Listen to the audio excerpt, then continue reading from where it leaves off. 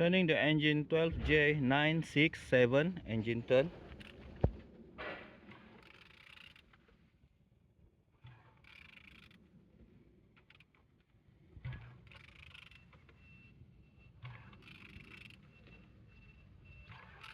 Engine is turning good.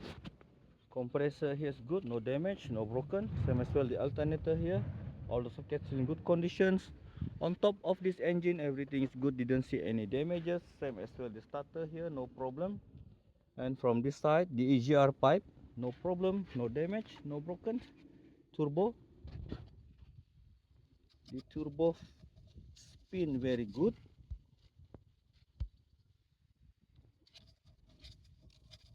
Spin very good. And there's no up and down, no problem.